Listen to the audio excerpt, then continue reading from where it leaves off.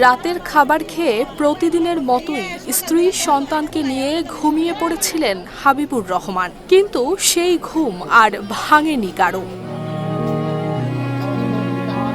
ভোরের আলো ফুটতেই গোটা গ্রাম দেখল এক হৃদয় বিদারক দৃশ্য।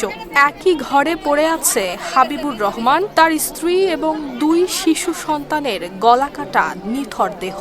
বাদপুর গ্রামে 4 জন মানুষ মারা গেছে।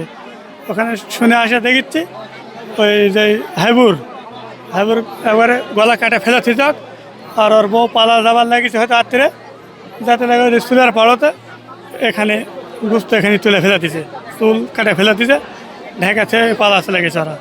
আর সাওয়ালরা অগজবাই করে ফেলেছে ওখানে, এখানে আমি দেখলাম। 20 এপ্রিল দিবাগত রাতে ঘটনাটি ঘটেছে নওগাঁ সদর উপজেলার বাহাদুরপুর ইউনিয়নে। পরদিন সকাল 8টার দিকে ঘটনাস্থলে গিয়ে মরদেহগুলো উদ্ধার করে পুলিশ। স্থানীয়দের ধারণা, জমিজমা সংক্রান্ত বিরোধের জেরেই ঘটতে পারে নির্মম এই হত্যাকাণ্ড।